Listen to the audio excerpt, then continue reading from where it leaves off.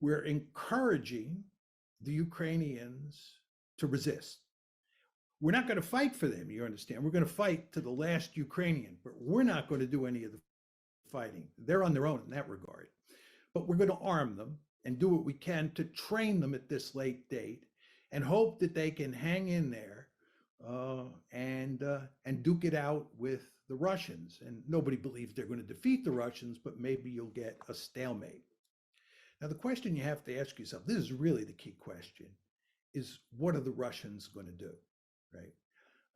It seems to me that a lot of people in the West think that if the Ukrainians provide enough resistance, the Russians will roll over and play dead.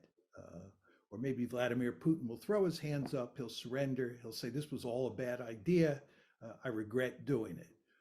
Or maybe there'll be a coup in Moscow, he'll be overthrown, and they'll bring in leaders who will work out a deal with us, and Ukraine will live happily ever after, we will live happily ever after, and the Russians will be chastened. I've spent my entire adult life studying great power politics. I know a lot about great power politics. This is not the way the world works, and it is certainly not the way the Russians work. You want to understand, going back to what I said about the April 2008 decision, the Russians said at the time, this is an existential threat. This is an existential threat, right? So even before the current war, Ukraine becoming part of NATO was viewed as an existential threat. Now you're talking about a situation where you defeat the Russians in Ukraine.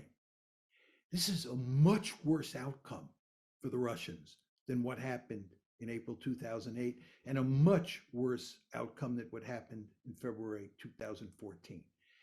And the Russians are not going to roll over and play dead. In fact, what the Russians are going to do is they're going to crush the Ukrainians. They're going to bring out the big guns. They're going to turn places like Kiev and other cities in Ukraine into rubble. They're going to do Fallujahs. They're going to do Mosuls.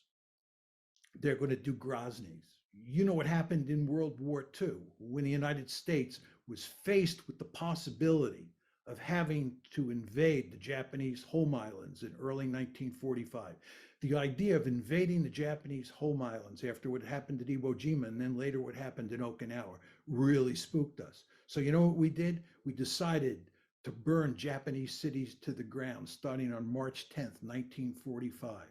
We killed more people the first night we firebombed Tokyo than we killed at either Hiroshima or Nagasaki. And we were systematically burning Japanese cities to the ground. Why? Because we did not want to invade the Japanese main islands. When a great power feels threatened, the Russians are going to pull out all stops in Ukraine to make sure that they win. And then there's the nuclear dimension to this. The Russians have already put their nuclear weapons on high alert.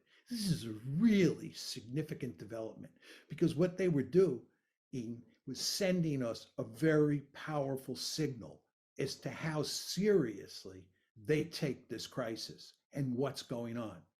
So again, if we start winning and the Russians start losing, you want to understand that what we're talking about doing here is backing a nuclear-armed great power that sees what's happening as an existential threat into a corner. This is really dangerous. Go back to the Cuban Missile Crisis. I don't think that what happened in the Cuban Missile Crisis was as threatening to us as this situation is to the Russians. But if you go back and look at how American decision makers thought at the time, they were scared stiff. They thought that Soviet missiles in Cuba was an existential threat. And they were willing, many of Kennedy's advisors, to use our nuclear arsenal against the Soviet Union. That's how serious great powers get when they think they face existential threats. So in my opinion, we are in a very dangerous situation.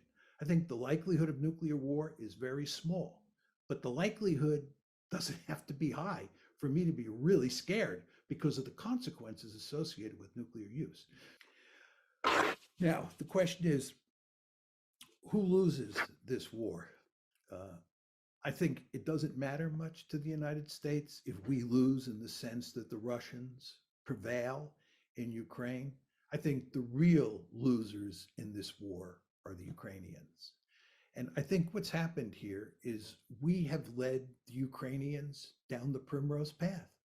We have pushed very hard to encourage the Ukrainians to want to become part of NATO. We have pushed very hard to make them part of NATO. We have pushed very hard to make them a Western bulwark on Russia's borders, despite the fact the Russians made it clear that this was unacceptable to them. We, in effect, and here I'm talking about the West, we took a stick and we poked the bear in the eye.